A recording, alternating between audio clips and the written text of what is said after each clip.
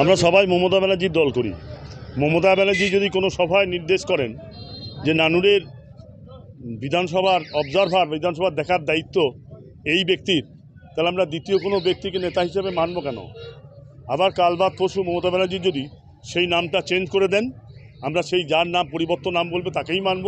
কিন্তু যতক্ষণ পর্যন্ত মমতা ব্যানার্জি সিদ্ধান্ত না নিচ্ছে, যতক্ষণ পর্যন্ত মমতা ব্যানার্জি ডিক্লারেশন না করছে, আমরা নানুরের মানুষ, তৃণমূল কংগ্রেসের মানুষ, তারা মনে করব আমাদের নেতা ফাইজুল হক কাজল শেখ।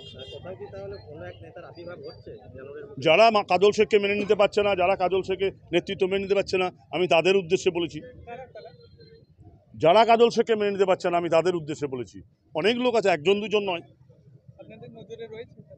অবশ্যই বিভিন্ন লোকজন দেখছি যারা আগে তৃণমূল কংগ্রেস করতো, সবাই কিন্তু এখন আর তৃণমূল কংগ্রেস করছে না। অনেক কারণ জানতে পারছি কি, কাজল শেখকে নেতা করা হয়েছে।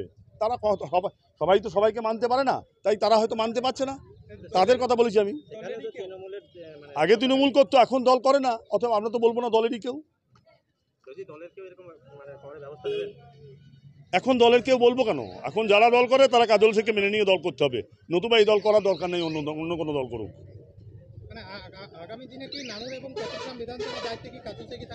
সেটা ভাই মমতা ব্যানার্জি জানে, তার সার্ভে টিম আছে, তিনি নির্দিষ্ট করে দেবেন কাকে কখন নেতৃত্ব দেবেন, দল কাকে কখন প্রয়োজন মনে করবেন, দল কার যোগ্যতা মমতা ব্যানার্জির কাছে বেশি ভারী হবে, সেটা মমতা ব্যানার্জি ঠিক করবেন। সেটা তো আমার বিষয় নয়।